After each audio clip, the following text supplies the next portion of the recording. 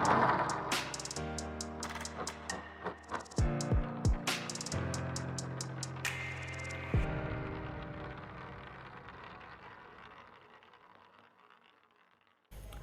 दोस्तों, स्वागत है आप लोग का हमारे YouTube चैनल पर। दोस्तों, मैं हूं प्रवीण कुमार और आप देख रहे हैं इंजीनियर प्रवीण जी चैनल।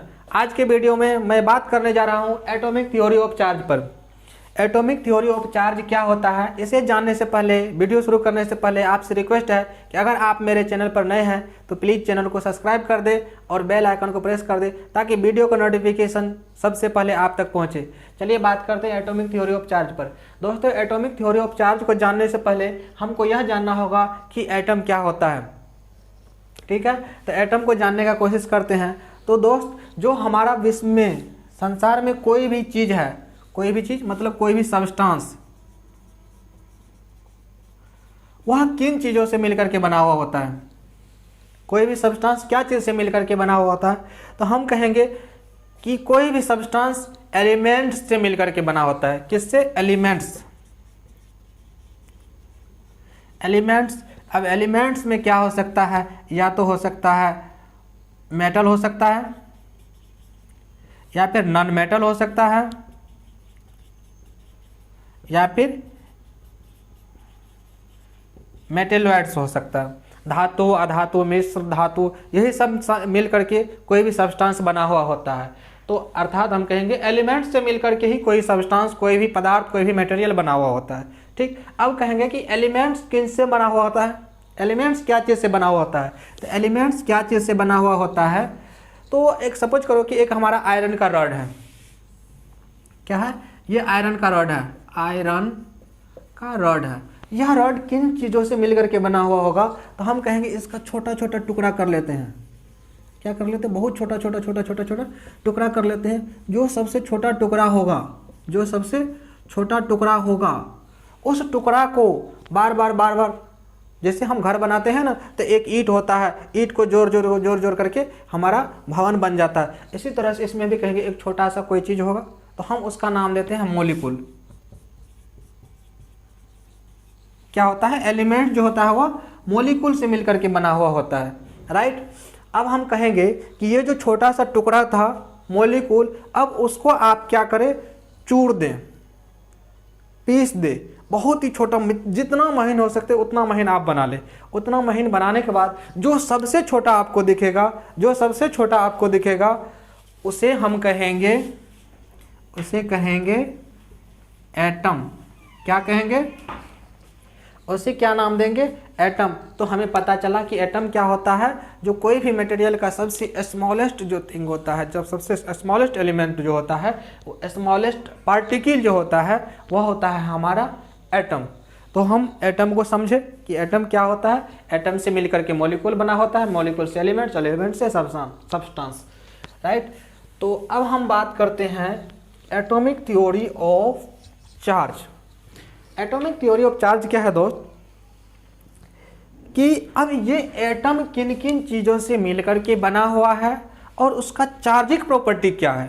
चार्जिक प्रॉपर्टी मतलब उसमें आवेश कैसे आते हैं, चार्ज कैसे आते हैं, क्या न्यूट्रल होते हैं, क्या चार्ज बढ़ जाता है, कभी पॉजिटिव चार्ज हो जाता है, निगेटिव चार्ज हो जाता है। मतलब कि एक एटम पर चार्ज आना जाना, न्यूट्रल होना, उसके एलिमेंट्स किन कारणों से होता है चार्ज, ये चार्ज के बारे में, एटम का जो स्ट्रक्चर होता है और उसका जो है उसमें क्या एलिमेंट्स होता है और उसमें कैसे चार्ज होता है, इसके बारे में जो हम एटम के बारे में जो स्टडी करते हैं वो हमारा होता है एटॉमिक थ्योरी ऑफ चार्ज। ठीक है, तो हम बात करते हैं एटम किन किन चीज़ों से मिलकर के बना होता है। अभी तक हम लोग देखे substance, elements, compound, molecule, atom. अब एटम का बात करते हैं तो एटम भी 3 फंडामेंटल पार्टिकल से बना होता है। वो होता है इलेक्ट्रॉन, प्रोटॉन और न्यूट्रॉन। इलेक्ट्रॉन, प्रोटॉन और न्यूट्रॉन से मिलकर के बना होता है। तो हमें पता चला कि एटम जो है यह 3 पार्टिकल से मिलकर के बना हुआ होता है।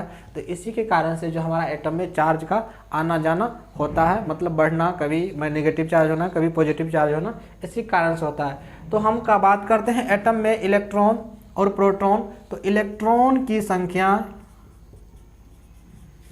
Number of electron is equal to number of proton. मतलब कि कोई भी एटम है उसमें इलेक्ट्रॉन और प्रोटॉन की संख्या बराबर होती है। हम पिछले क्लास में पढ़े थे कि इलेक्ट्रॉन पर चार्ज जो होता है,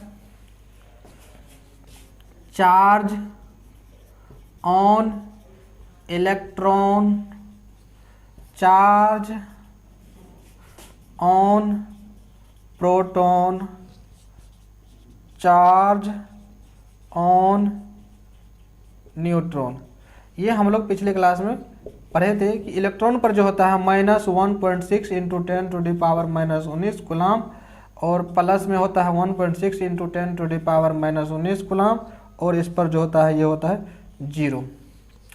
इलेक्ट्रॉन, प्रोटॉन, न्यूट्रॉन पर चार्ज का मान हमें पता है। अब ये जानते हैं कि number of electron, number of proton किसी भी एटम में बराबर होता है। तो जब इलेक्ट्रॉन जितने उतने प्रोटॉन, तो फिर क्या हुआ, ये एटम क्या होता है, न्यूट्रल, क्योंकि न्यूट्रॉन का तो कुछ चार्ज होता ही नहीं। तो हम कहेंगे कि ग्राउंड स्टेट में